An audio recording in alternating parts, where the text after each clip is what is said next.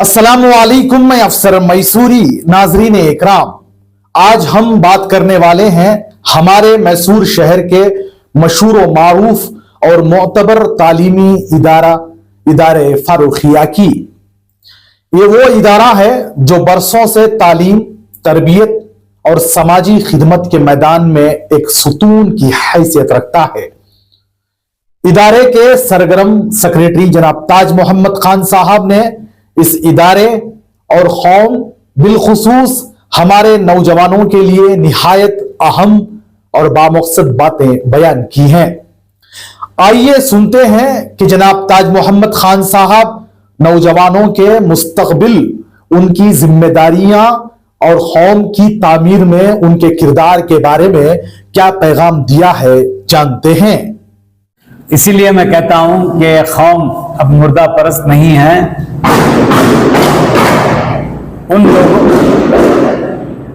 उन लोगों की इज्जत अफजाई करनी चाहिए जिनकी खिदमत कौम के लिए है। मैं रियाकारी नहीं कर रहा हूं, फख्र नहीं कर रहा हूं। आज ये इदारों की मालियत तकरीबन 500 करोड़ है। ये अल्लाह की देन है, किसी बंदे की देन नहीं। हमने कभी किसी के पास चंदा नहीं किया। हां, मैं ये भी कहता हूं कि प्रॉपर्टी 500 करोड़ की है, लेकिन इस पर खर्च भी है। खर्च इसलिए लिया कि एमडीएस बनाने के लिए डेंटल कॉलेज में अकोमोडेशन बढ़ाना था।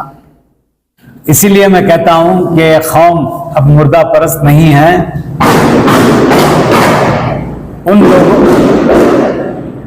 उन लोगों की इज्जत अफजाई करनी चाहिए जिनकी खिदमत कौम के लिए है। ये इदारे के बारे में खुद सईद साहब ने भी बताया, उनके खिदमत भी बताए, और मैं हमेशा बुखारी शरीफ की एक पहली हदीस है, इन्नमल आमालु बिन्निया। जिस नियत से काम को शुरू किया जाता है वो बहुत आगे चलकर रहता बसता है। हमारे बुजुर्गों ने फारूखिया ग्रुप ऑफ इंस्टीट्यूशंस की बुनियाद डाली। आज अल्लाह के फजलो करम से तकरीबन 14 इदारे इसमें काम कर रहे हैं। काम ही नहीं बल्कि नुमाया काम कर रहे हैं। हमारी फार्मेसी कॉलेज की एक लड़की जो गर्गेश्वरी से आती है, रुखसार जिसका नाम है, उसने 17 medal Rajiv Gandhi health university से हासिल किया।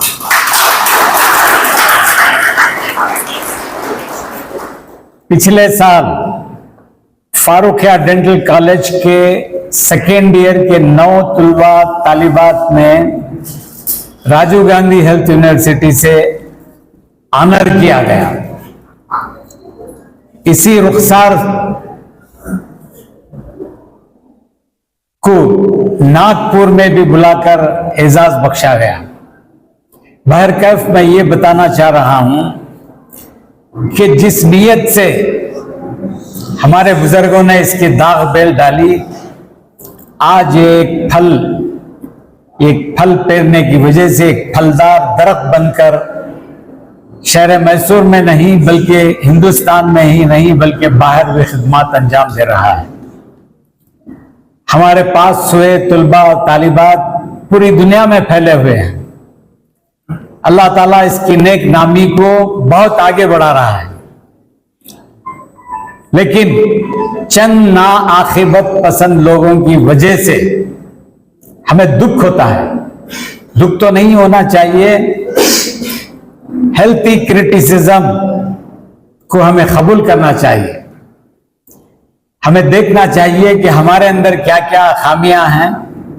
जब कोई जाहिर कर रहा है तो उसका तदारुक करके उसकी इस्लाह कर लेना चाहिए।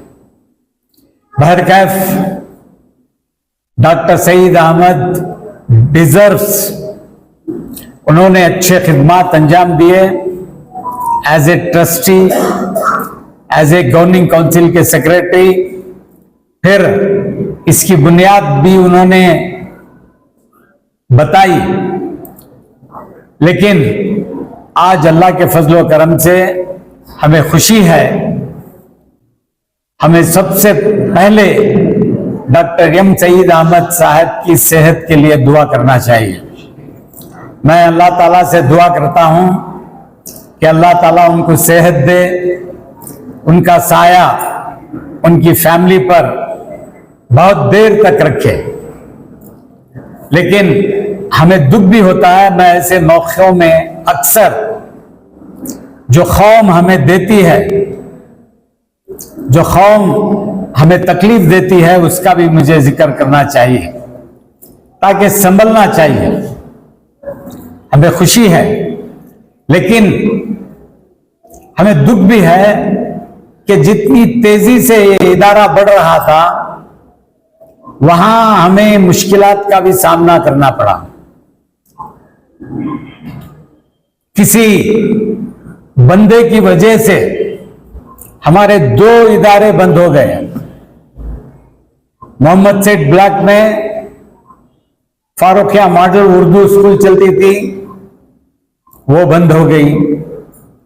फारूखिया गर्ल्स हाई स्कूल फाइलेट के पास हमारे मरहूम अजीज सेठ साहब बंगारा पाक को लाकर इमारत और 11,500 स्क्वायर फीट जगह दिलाई थी, वो जगह भी हमारे हाथ से चली गई। ये कौम के ऐसे हरकत हैं जिससे दुख होता है, लेकिन फिर भी अल्लाह के फजलो करम से हमारा इदारा बढ़ रहा है। मैं रियाकारी नहीं कर रहा हूं, फख्र नहीं कर रहा हूं। आज ये इदारों की मालियत तकरीबन 500 करोड़ है। ये अल्लाह की देन है, किसी बंदे की देन नहीं। हमने कभी किसी के पास चंदा नहीं किया।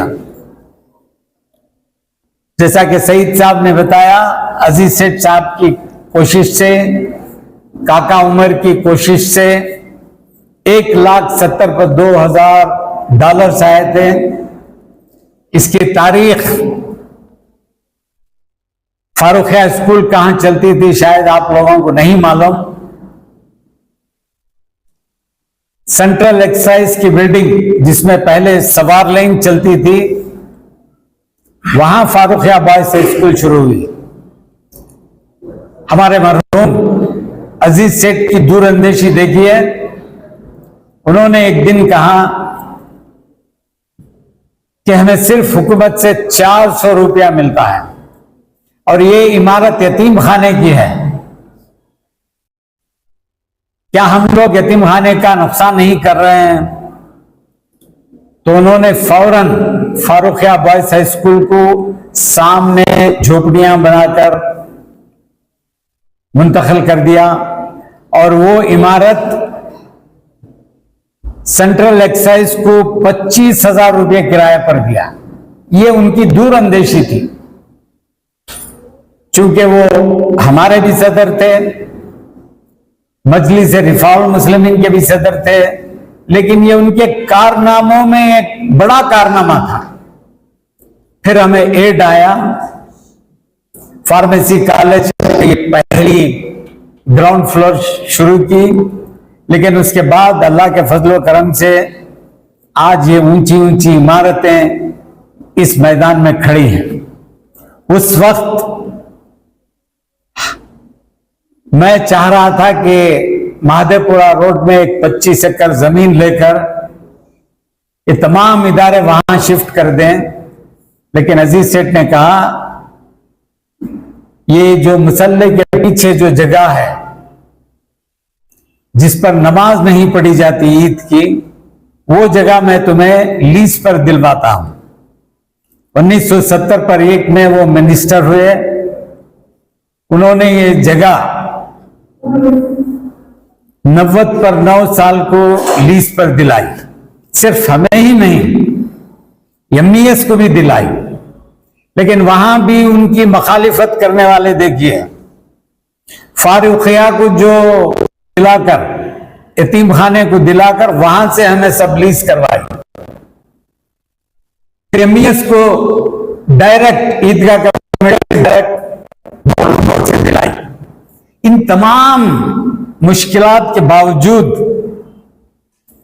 आज हमारे यहां 400 मुलाजिम हैं, 20,000 से लेकर 2 लेने वाला मुलाजिम है। लेकिन फिर भी इसके बावजूद ये इदारा बहुत तरक्की कर रहा है, खुशी है हमें। लेकिन अक्सर मुझे सर सैयद अहमद खान याद आते हैं। उनकी मखालिफत करने वालों में उनका बेटा खुद था। 1300 एकड़ जमीन, मैं गया हूं, देखकर दिल इतना खुश हो गया कि ये मुसलमानों के कारनामे हैं। फिर दिल्ली में जामिया हमदर्द, जामिया मिल्लिया, ये तमाम नॉर्थ इंडिया आए, लेकिन साउथ इंडिया में बहुत कम थे। मरहूम डॉक्टर मुमताज अहमद खान की वजह से अल-अमीन तहरीक शुरू हुई, ये फारूखिया तहरीक शुरू हुई। आज अल्लाह के फजलो करम से साउथ इंडिया में हमारे इदारों का नाम नामी है। एक तहरीक उठी थी, रहमान खान साहब ने शुरू किया था कि फिर साउथ से नॉर्थ को तालीम के मराकज ले जाएं। उन्होंने शुरू भी किया, उसमें भी हमने 10,000 रुपये का कंट्रीब्यूशन किया, लेकिन उनकी तहरीक भी आगे नहीं आई। आज अखलाक में हो, तालीम में हो, भाईचारगी में हो, साउथ इंडिया सारी दुनिया में फेमस है। नॉर्थ में ऐसा माहौल नहीं है, नॉर्थ में भाईचारगी नहीं है, यहां भाईचारगी है। हम हिंदू मुसलमान मिलजुल कर रहते हैं, एक दूसरे का साथ देते हैं। और जब कोई हिंदू मुसलमान इदारे में काम करता है तो मुसलमान से ज्यादा उसके खिदमत होते हैं, ये हमें एक्नॉलेज करना चाहिए। तो बहरकैफ फारूखिया की लंबी दास्तान है जो अक्सर मैं सुनाता रहता हूं। 1961 में फारूखिया बॉयज हाई स्कूल शुरू हुई, 1960 पर 3 में फारूखिया गर्ल्स हाई स्कूल शुरू हुई, 1977 में टीसीएच शुरू हुई। अब बढ़ते बढ़ते इदारा एक फलदार दरख्त बन गया है। आप सिर्फ दुआ कीजिए, लेकिन खासकर मुसलमान नौजवानों को, मुसलमानों को समझाने की कोशिश कीजिए। किसी भी इदारे को, चाहे वो एक छोटा सा मदरसा ही क्यों ना हो, उसकी हिम्मत अफजाई करें, उसे क्रिटिसाइज नहीं करें, बल्कि उसकी टांग न खींचे, बल्कि उसका हाथ पकड़कर उठाएं। ये हमारा होना चाहिए। अल्लाह के रसूल सल्लल्लाहु अलैहि वसल्लम को बहुत सारे मुश्किलात आए, लेकिन उन्होंने अपने अज़म में अल्लाह के हुक्म से कभी पीठ नहीं मोड़ी। कभी अपने चेहरे पर हो या अपने जिस्म पर हो, ऐसा वो झलक नहीं पेश किया कि जिससे वो थक गए हैं। हमें सल्लल्लाहु अलैहि वसल्लम की सीरत को पढ़ना चाहिए। कुरान को समझने से पहले अल्लाह को समझना चाहिए। मैं के बदर देखने गया था, मदीने से शायद 300 किलोमीटर है।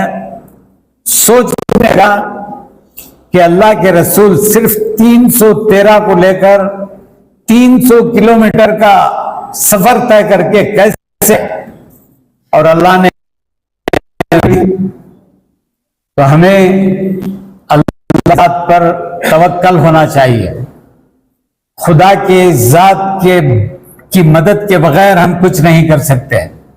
ये आज जो भी इदारे हैं इतनी नफरत के बावजूद आगे बढ़ रहे हैं।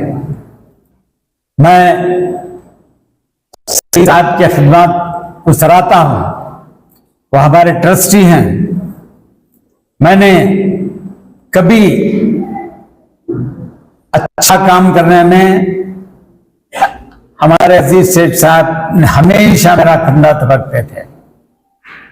हाँ, मैं ये भी कहता हूं कि प्रॉपर्टी 500 करोड़ की है, लेकिन इस पर खर्च भी है। खर्च इसलिए लिया कि एमडीएस बनाने के लिए डेंटल कॉलेज में अकोमोडेशन बढ़ाना था। 3 साल तक मिला नहीं, मजीद स्टाफ रखा,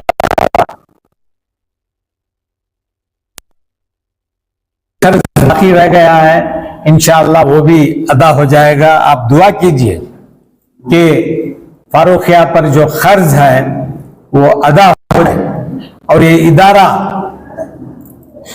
आने वाली नस्लों के लिए क़यामत तक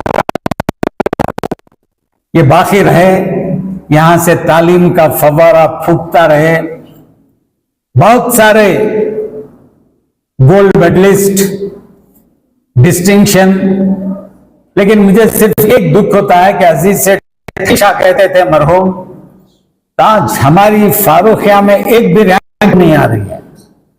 आज अल्लाह के फजल करम से रैंक ही रैंक आ रहे हैं।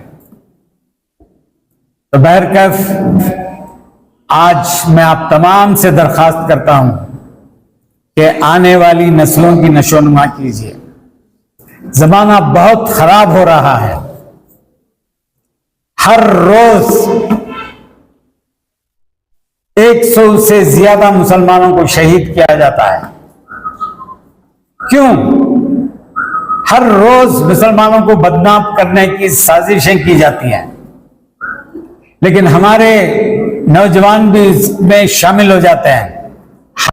दिल्ली बम ब्लास्ट, लड़ाई, फलस्तीन के वो झगड़े, ये तमाम हमारे रूबरू हमें सबक देते हैं कि हम अगर अल्लाह की रस्सी को मजबूती से पकड़े रहें। कुरान बार बार ताकीद करता है कि आपस में मत झगड़ो, अल्लाह की रस्सी को मजबूती से पकड़ो। हम कहां पकड़े हैं? आज कौम तितर बत्तर हो गई है, खासकर नौजवानों को देखकर। कल का मामला है, पैरामेडिकल कोर्स की 2 लड़कियां बुर्खा पहन रही थी। यहां 2 लड़के ऑटो में आए, स्कूटर में आए, 2 लड़कियों पर अंडे फेंक कर चले गए। क्या किरदार है? इससे पहले उसी लैब टेक्नीशियन की लड़की, उसका कुछ अफेयर था। प्रिंसिपल ने इसकी वालिदा को बुलाया, उसके रूबरू उसकी शिकायत दर्ज की। लड़की भी बैठी थी, लड़की की मां भी बैठी थी। लड़की की मां कहने लगी कि ठहरो मैडम, मैं जाको लड़के को पकड़ को लाती हूं बोल के उठी। ये लड़की भाग कर गई। उसकी बदकिस्मती से लिफ्ट रिपेयर सीधा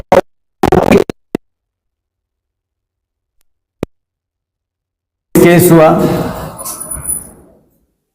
इदारे की नेकनामी, लाखों रुपए खर्च करके हम वहां से निकले। ये मुसलमानों का किरदार है। इसीलिए आप खवातीन से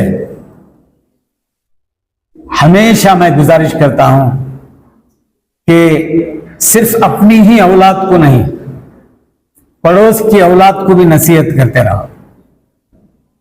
मैं यहां दुख से कहता हूं कि जब भी मैं आता हूं तो लड़कों लड़कियों को पूछता हूं कि 4 पैगंबरों के नाम बताओ, 4 फरिश्तों के नाम बताओ।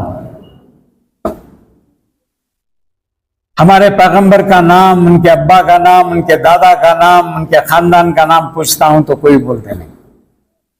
मैंने कभी जिंदगी में हजारा इंटरव्यू लिए हैं, कभी सब्जेक्ट पर बात नहीं की, सिर्फ इस्लाम पर ही बात की है। मुझे दुख होता है कि आज हमारी कौम गलत रास्ते पर जा रही है। अभी आपने 10-15 मिनट पहले देखा कि एक लड़का मोटरसाइकिल में पटाखे जैसी आवाज लेके जाता है। यह हमारा किरदार है। हमें चाहिए, चाहे वो किसी का भी क्यों ना हो, उसको रोककर चंद नसीहत के कलमात अगर बयान कर देंगे तो शायद तुम्हारे बयान किए हुए कलमात की वजह से उसमें अच्छे अखलाक पैदा हो जाते हैं। मैं खुश हूं कि हमने आज डॉक्टर एम सईद अहमद के खिदमात को सराहा। फिर से एक बार दुआ करते हुए अपनी बात को ख़त्म करता हूँ। शुक्रिया। अस्सलाम वालेकुम व रहमतुल्लाहि व बरकातहू।